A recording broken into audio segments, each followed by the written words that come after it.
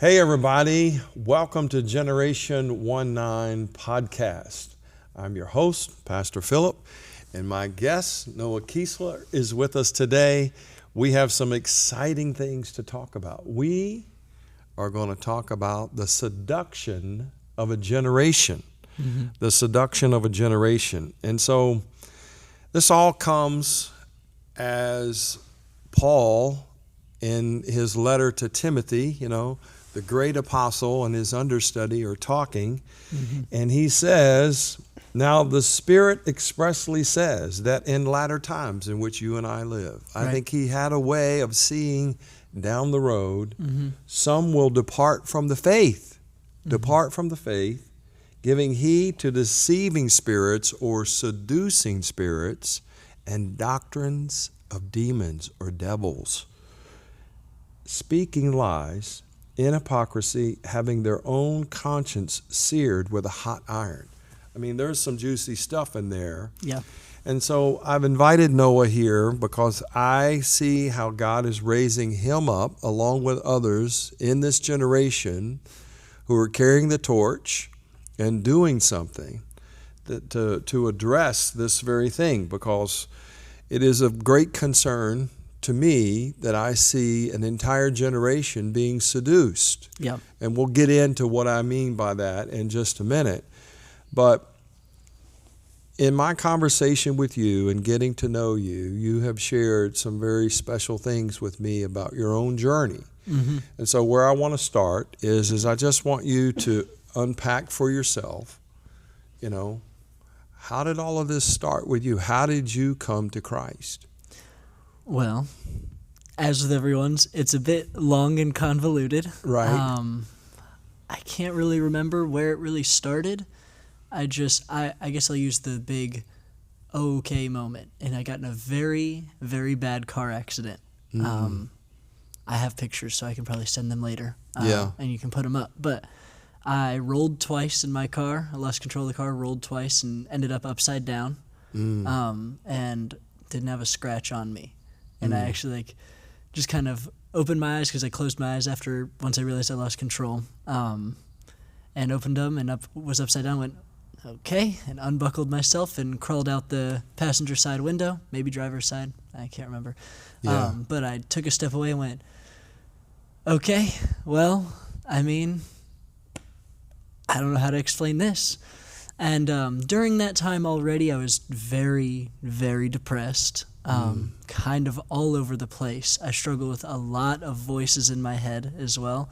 I'd planned on killing myself and had wrote a note and everything, and even in that note I had this whole thing of, there's so many voices in my head that I can't tell if I'm the one thinking or doing what I'm doing or if it's something else. I had completely lost myself in this cacophony of noise, right? But anyways, during that time, I was a restaurant manager. I was the GM of a restaurant over in the town I lived in at the time. And I put on a podcast or any sort of thing. I put on something to listen to all day, because I'm there for 14 to 16, sometimes 20 hours. And so I would put something on and listen to it and let that go on and on. And I found this guy who was just a big nerd. And I'm a big nerd, so I was really enjoying what he was talking about. And he started talking about, it turns out he was a Christian, and he was talking about eventually a book called Paradise Lost. Milton. And his passion for that story, and then really got me, struck me pretty good. And then he talked about the sequel, Paradise Regained, and I was even more passionate about that. He started crying about it even. I was like, okay, well, you got me. He's nerding out about all this stuff. He's even more passionate about this than I've seen him before. Let me just listen again. And my parents were Christian. I was raised Christian, but I just fell away, wasn't buying into it anymore, whatever. And so I started listening to some Bible stories on some Bible characters. My favorite was always Solomon, but I didn't start with him.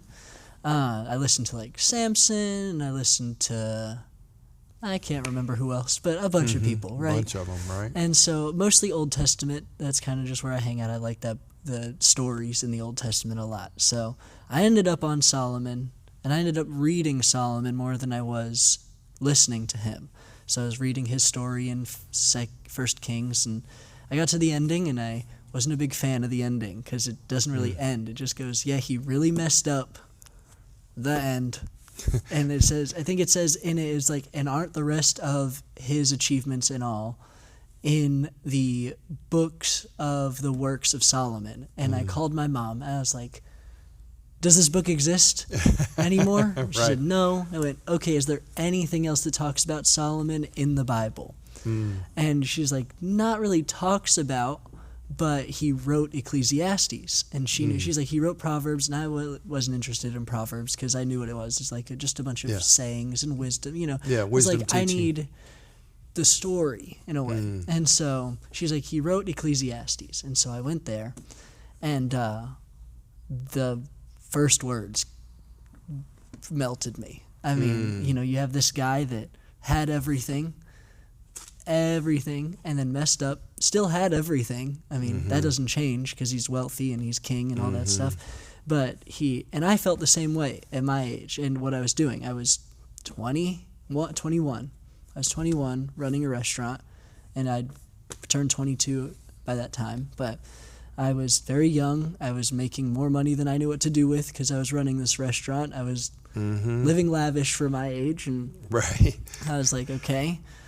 But I'd done sort of a self-check afterwards, and it's what caused me to sort of slip off into this depression, is I did this self-check and was like, well, how do I feel about where I am? I've been in this for, I think, 6 or 7 years at the time.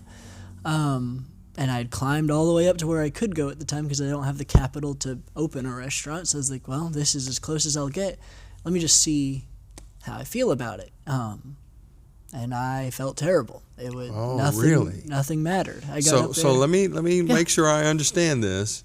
You're at the top of your game, right? You're running a restaurant, making lots of money, and inside you feel terrible. Yeah. What was that all about? Well, it felt pointless. I got up there, climbed all the way up there, and I was sort of fueled by the gratification, more the self-gratification than the gratification of people. That helped, of course, but just let me just see if I can do it. If I keep working and keep working and keep working, it became my God, really. It's like my God was work. Right. And proving that I could do it and was better than everyone else. No matter at my age, didn't matter if you were 30 years older, didn't matter if you've been in this for as long as I've been alive or longer. I'm the best at what I do. Oh, wow. And so, but that was all just because nothing was satisfying me. Like I would try things for a while. I'd pick a man of many hobbies at the time. Pick up any kind of hobby. I was into cars for a while, into video games, into all this kind of stuff. Did drugs, into women and all this stuff. Just nothing was satisfying. And I thought maybe climbing all the way up there would help. And so I sort of did that. And I was like, I'm still unsatisfied. The hole is not filled. I'm not. There's nothing. This isn't helping, and it slipped really, really bad. And I wrote, even in my note, I wrote, I threw away all of my friends, because it was written to a friend. Right, this is the suicide note. Was written, it was framed. It was written to my dear friend, and I was going to give it to my friend as like the goodbye. And so it was, even in it, it says that I threw away my friendships for a career I don't care about, and then lost all of my time for a career I still don't care about. And I just don't care anymore, sort of thing. I was like, I'm over it. If this doesn't work. And so then I got that ties into the whole thing that you see when you said you open up the book of Ecclesiastes, right? Exactly. I mean, that's your connection. I Exactly. see all of this dissatisfaction, all of this, as he uses the word meaninglessness, no sense of purpose, no sense of relational connection to anybody. Exactly. And so, okay, good. That's exactly. Keep rolling. That's exactly how it was. The first verse, really. Like, I mean, not the first verse, but the first chapter broke me. Yeah. I couldn't move figuratively, if you know what I mean. Like, I was just enthralled by the book. I probably read it in like 30 minutes because I was like, whoa, he gets it. Finally, someone gets it. Because I would try and talk to the few friends I had. I'd be like, yeah, I don't know. I just can't. I'm not getting it. I don't get it. Like, I'm more here to take care of y'all because I can't. I'm getting nothing. None of this matters to me. Money doesn't matter. None of that. Whatever. Everything I'm doing, none of it matters. And so they still didn't get it. They were like, with all the money, you're doing great. And I was like, yeah, I guess. I mean, to y'all, in the physical world, yeah. Right. I mean, I'm making money. I live on my own. No struggle at all. Whatever I want, I can just do, or I can work a little more and go get, sort of thing. And so I was, I was like, yeah, I guess on the outside it looked great, but I'm horribly, horribly broken on the inside. I don't get it. And so finally, a book is what finally got it. Is some guy from thousands of years ago gets it. Right. A king that. Yes. I was like, okay. Wow. It was just that whole everything is meaningless, and that I've searched and I've had everything and none of it mattered. And then at the very end, like, it's sort of it is a case study. He even says it is like, this was my experiment, and he went out to search the world for meaning, and he found nothing. And then you get to 3:15. I think I can double check. Well, and what I find interesting about Solomon, as you're referring to his, if you will, memoirs and Ecclesiastes here, is that he had 300 wives, 600 concubines, or it's vice versa. I can't remember. That's a lot of women. He had all of the nations of the world coming to him, and the gold that he had access to and in his own possession, right? So all the money in the world, all of the pleasure in the world, and then all of the sense of significance and importance in the world. He was the center of the world in a way. He was. And those are kind of our big idols in our world, pleasure, money, influence, and yet his summary is meaningless. No satisfaction. And here's Noah Keasler, and some guy in his early 20s who's climbed the ladder, pushed himself to get there. And then when he gets there, he says the same thing. And after rolling your car and writing the suicide note, you're there. What happened? God met me, really, as I got to Ecclesiastes 3:11 first, which is like his, not the shifting point, but it's where he hints at where he's going in the book. Is he's like, God put eternity in the heart of man. And I only had the Amplified. I still only read the Amplified because of what it did for me. Is because in the Amplified it says, in little parentheses, it goes, an eternal longing that nothing but God can desire. That an eternal desire that nothing but God can satisfy. And I went, wow, okay, big talk. But, Right, and so right. I kept reading. And so did you believe it at that point, or you were just so curious? I was buying in because, I have my parents to thank as well. They weren't really ministering to me at the time, but they never steered away from, if I needed advice or whatever. My mom got on to me all the time. You need to find a church. You need to get, in with the Lord. He'll help you. And I was like, thanks, Ma. Yeah, you've heard that, done that, tried that, didn't really work. Right. And I respected my parents. Like, don't get me, I respected my parents have always had my respect since I was very young. And so it wasn't like thanks, Ma, whatever. It was that's your belief. I respect it. Yeah. But it's whatever for me. Which is very common today when we start talking about, millennials, Gen Z and all the above. It's like, hey, I see you have that, but that's really not my path. Yeah. Right? Yeah. And so it's a very common challenge to connect with, the beliefs of our parents or others. And I know certainly it's a generational thing, it seems like. But keep going. And it's that exact thing as I saw my parents' lives and the things they'd been through, even with me involved as a family. And they never steered away. And then the nerd guy on YouTube I listened to is in the same boat of just incredibly passionate about this. And I had nothing else. You know, I was like, well, I'm not opposed to trying anything. You know, that was my whole thing. So I was like, okay, whatever. Like I'm pretty mellow. So I'm not against anything really. I'm like, all right, well, you know, why not give it a shot? And so that, to skip ahead really, that was sort of what it is I saw my parents, I saw this guy on YouTube, and I'm reading this book of a king who feels exactly how I feel, and I'm having my mail read as I'm reading the book more and more. I'm like, oh, wow, he gets it, you know, because I was a pretty straight-laced kid for a long time, and it wasn't until really I got into the management part of the restaurant industry that I started getting away from that, just because I was like, well, let me try it, let me see if this helps at all, and helped for a while, and then it goes away, because it's like picking up any hobby and getting into it. It's like, oh, I love this, and then you get into it for a while, you're like, all right, whatever, anyways, that was fun.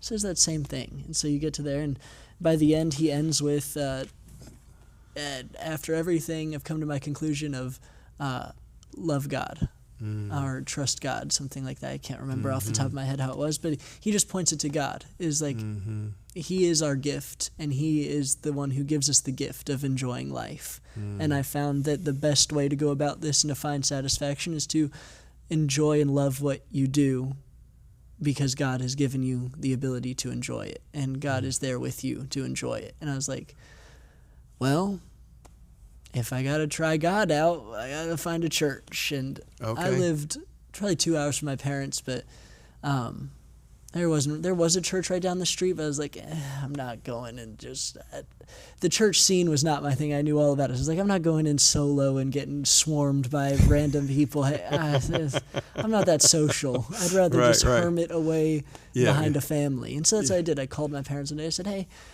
can I go to church with y'all this Sunday? And they're like, yeah, sure. Right. They didn't do it. They knew how to handle me, because they knew I was like, the way I put it, I was like a little stray animal. You can't jump on it. Yes, get over here. They're like, yeah, okay. They didn't treat you like a prodigal. On it and been like, yeah, get on over here. I'd be like, never mind. Yeah. And so they kind of tricked me into it. Actually, it was like, come on in. And so I came Way to go, Mom and Dad. Exactly. And Pastor Todd over at Christ Fellowship for like 3 weeks in a row read my mail. Not to me personally, but all his messages were hitting me on like, forgive your siblings and forgiveness and love and all these things. And so eventually I just came around, and I was like, well, let me give all this a shot. And I was at the revival one night and couldn't tell you the message. Couldn't tell you. I have no idea what it was, but I just felt, I was like, I think I'm going to get in the water. And again, the voices, I never focus on the voices, because that's just kind of like, it's there, but that wasn't really what got me. Like, that was just a part of my life since I was young. So that I knew that's not something I focus on at all. But that was a part that I wanted to go away. A big thing was that I couldn't sleep. That was why I got in the water in the first place, is I got there and I came in, and I'm just going to skip and fast forward as much as I can. I got in the water, and I talked to this guy, and he's like, well, what are you in for? I was like, I can't sleep anymore. I just want to sleep. Every time I sleep, it's for like 2 hours at first. Well, it was like, it doesn't matter how long I sleep. It was like I would sleep for 2 hours, and I'll wake up and I'll have a panic attack because I fell asleep in the first place, and I might have missed calls for work, stuff like that. And it was like, I can't, I want to sleep. And I could also sleep on my days off for 20 hours, and I would wake up and still be exhausted. And so it's like, I can't sleep. I'm not rested. I'm going insane. Like, I just want to rest is all I want, is some rest. And the voices was part of that. And I didn't even bring it up at first, but they're like, do you hear voices? And I was like, yeah. Like, that's part of why I can't rest. Is like, it's just this every like moment. what were some of the voices going on inside of you? I think part of it was demonic. But I also think a big part of it was I was a very anti-emotion person. And so emotions were a weakness. And since I was very young, probably 10 or 11, I had worked on shutting them out, and I'd become very good And so I think part of that was that each emotion, in a way, I know this might sound super hippy-dippy. I'm not meaning for it to, but, You're great. You're great. Hippy-dippy or not, it's good. Emotion almost had a voice, each one in a way. And now I could say in the Christianese way, it's the flesh was sort of each had its voice for whatever it was feeling, whether it's lust or anger, rage, anything, whatever. Each had a voice. And so I would be arguing and defending myself in my head most of the time. It was this, a random horrible idea. Like I'll give one is just like, I want to violently kill this person really bad. And my head would be like, in my head I'd be like, what? And all this is in my head. I wouldn't hardly talk. So I was like, what am I on about? I should go out of here. And then I would get in an argument with that voice. And then another voice would chime in. And then another voice would chime in. And then eventually I'd be like, oh my gosh, just shut up. Just be quiet. And then a big thing was that then there was the laughter in my head. Like they would start laughing and whatever. There's all this laughter sort of thing. I'm like, oh my gosh. And then it would all calm down. It wouldn't go quiet, but it'd be like, okay. And then I was pretty much just thinking myself to death is really a way of what it was. Is all these suppressed emotions getting a voice of their own, and then me losing it. And then I think the demonic influence is just amplifying that. Is here you go. Focus on it. And so I was like, I can't rest. Every moment of like quiet time wasn't quiet because I was just talking with myself in my head, arguing and whatever over, And so I get in the water, blah, blah, blah. They said what they said. Couldn't tell you what they said either. But I just remember I went down, went up, and was like, okay, well, this was cool. This was interesting. And obviously there's a bit of an adrenaline rush when you're like, what the heck is this? And down and up, wow. And so I'm still like thinking about it and like, okay, whatever. What the heck just happened? And then I kind of noticed, I sat down and noticed it was quiet. And there were no more voices. Like I had my little internal monologue, of course, that everyone has, where you can think and be like, wow, well, that was really interesting. And there was another chime in, like a little chime. I was like, wow, it's quiet. Like if I want to just not think about anything, I can. Like, and now you can just enjoy the quiet. And that was the first time I'd ever experienced that into my memory. And I was like, wow. Yeah. And I was pretty much all bought in since then. Well, I want to highlight something in what you're saying. So this happened at the North Georgia Revival that's been going for 8 years, led by Pastor Todd Smith and a bunch of other host pastors from that region. And so what happens every Sunday night is that based on this very simple word that Pastor Todd heard is that there would be fire on the water and God would meet people in the water. People have come from all over the world. Some 50,000 plus baptisms have taken place, and everything from cancer to emotional issues to all kinds of different encounters, healings, transformational moments for people. It's been going on for 8 years. Yeah. And so still strong every Sunday night it happens. And so you, in your quest to figure out what this king is talking about, decide to go to church, to go get in the water. You're in the water. And in this moment, you go down, not being baptized for salvation, but being baptized because you are trying to encounter Christ, don't really know what's ahead, and the voices stop. The voices stop. Yeah.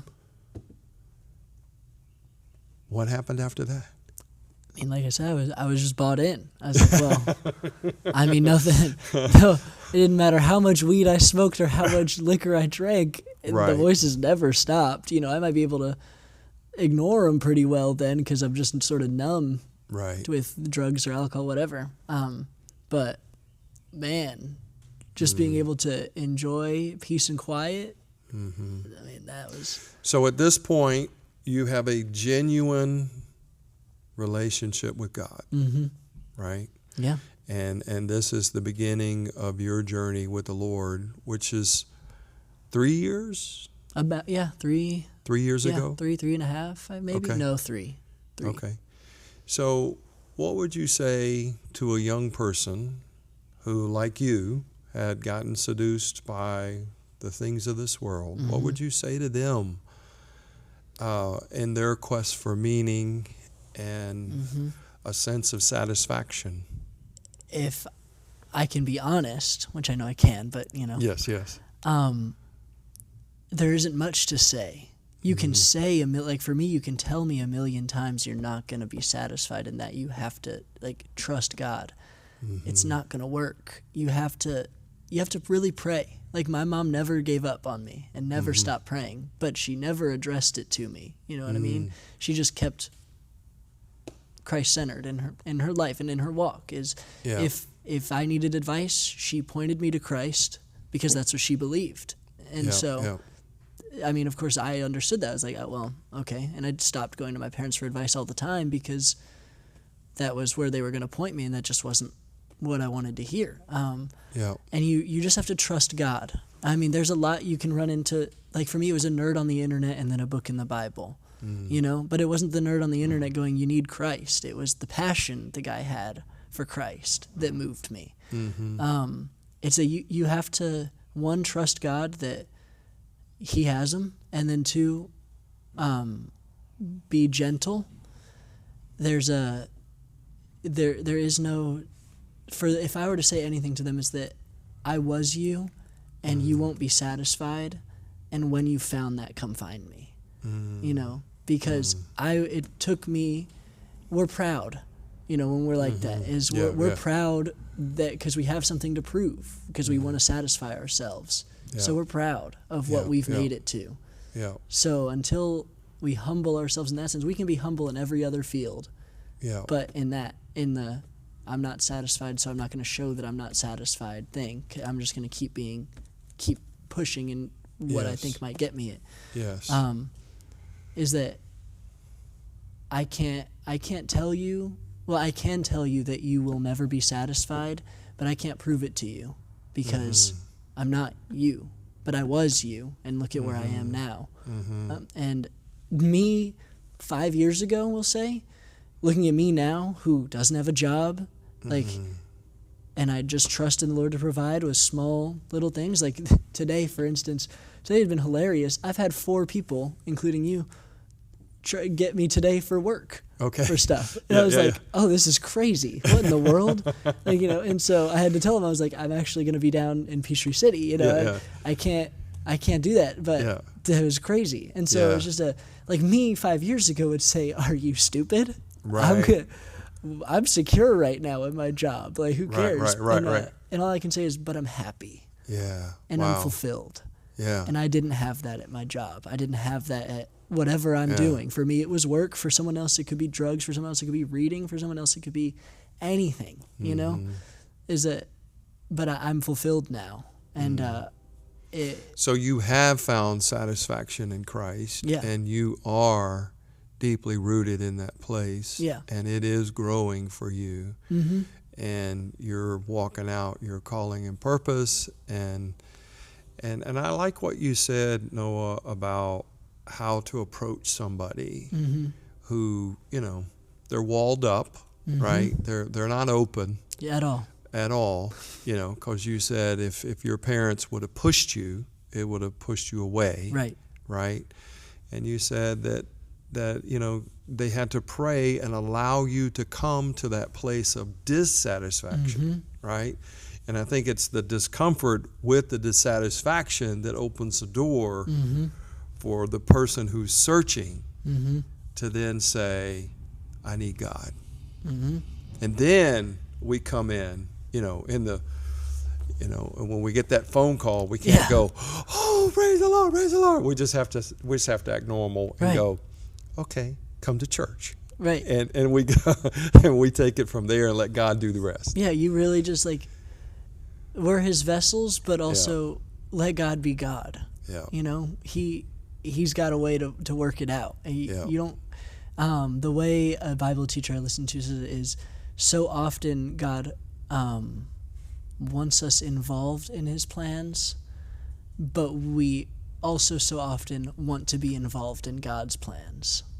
If that makes sense. We'll just see it and go, oh, God's moving, and then try and get ourselves involved, when really God is like, hey, I've got this one. Yeah. How about Yeah. I'll bring you in when I need you. But right good. now, I just want you, like in the one of the Exodus verses I love is, I need you to stand there, raise your hands, and witness the salvation power of the Lord. Is I need you to just stand there and watch what I'm going to do. Wow. And that's how it was for me. And so, my parents, all they did is answer my questions. And then they would let me do my thing until I was done, and then I'd hang up. Hey, where's the Solomon stuff? Hey, where, can I come to church? Hey, what do you think about this verse? And they never were like, well, you know what? I really think you need to come see that. Nope. Yeah. I'd go to church in the morning. Hey, there's revival tonight if you want to go. Not Right. tonight. That's, I won't get home until 1 a.m. Then I'm good. Yeah. And then eventually it was, well, let me go. Yeah. You know? And it was Look at never, that. all they did is, hey, tonight, there's that going on. It doesn't Here's always, the opportunity, right? Yeah. So I think this is one of the most powerful stories, and here's why I think this is so important. Here's Noah, who was, doing everything he wanted to do, but not finding satisfaction in any of it. He had the pleasure, he had the money, he had the opportunities, and yet he was empty and meaningless. And finally, through this podcast / searching, landing in the book of Ecclesiastes, I've never heard of anybody coming to God, coming to Christ through the book of Ecclesiastes. But what a powerful story, because it all leads to this deep personal relationship that you now have with God that is satisfying, which you can have. If you're watching us and you're searching for this, reach out to us. Reach out to us. We want to help you walk this out. And hey, listen, we're going to do another episode, Noah and I, and we're actually going to talk about the seduction of a generation in more specific details and what we can do to start reaching this next generation and hopefully ministering to them and rescuing them from this dissatisfaction and meaninglessness. And so I just want to pray for you. I pray that in your search, just like Noah did, that you would find God, that you would find him in this moment, that in your dissatisfaction, you would find that personal knowing of the goodness of God, and that he would touch you, minister to you, save you, and draw you into a personal relationship with him so that you can know the fulfillment of a life in Christ. Bless you. Thank you for watching Generation 19. We'll see you here next time.